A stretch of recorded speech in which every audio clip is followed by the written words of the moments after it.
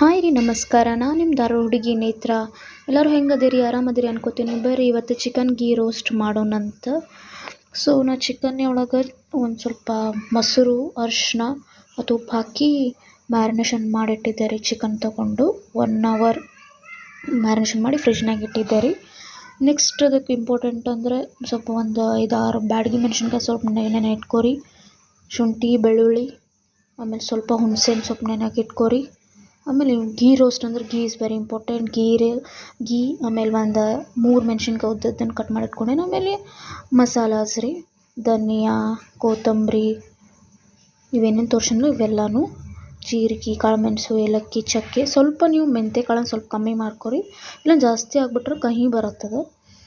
Next ಇವೇನು masala items ಇದ್ವಲ್ಲ ಇವನ್ನೆಲ್ಲ ನಾವು ಡ್ರೈ ರೋಸ್ಟ್ ಮಾಡ್ಕೋಬೇಕ್ರಿ. ಸ್ವಲ್ಪ ಸ್ಮೆಲ್ ಬರ್ತೈತಿ, ಆ ಸ್ಮೆಲ್ ಬರೋ ಮಟ್ಟ ಸ್ವಲ್ಪ ಡ್ರೈ ರೋಸ್ಟ್ ಮಾಡ್ಕೊರಿ ಅದನ್ನು.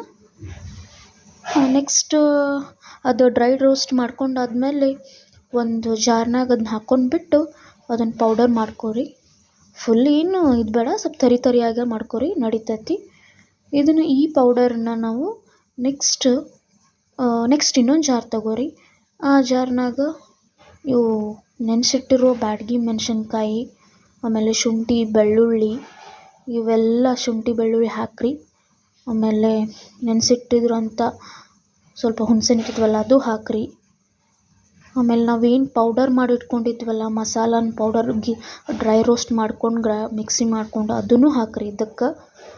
ಇದನ್ನು ಹಾಕ್ಬಿಟ್ಟು ಪೇಸ್ಟ್ ಮಾಡ್ಕೊರಿ. ಸ್ವಲ್ಪ ನೀರು ಹಾಕಿ ಈ ಥರ ಪೇಸ್ಟ್ ಆಗ್ತೈತಿ. ಆಮೇಲೆ ಒಂದು ಪಾತ್ರೆ ತೊಗೊರಿ, ಅದ್ರಾಗ ಸ್ವಲ್ಪ ಒಂದು 3-4 ಸ್ಪೂನ್ ಗೀ ಹಾಕ್ರಿ, ತುಪ್ಪ.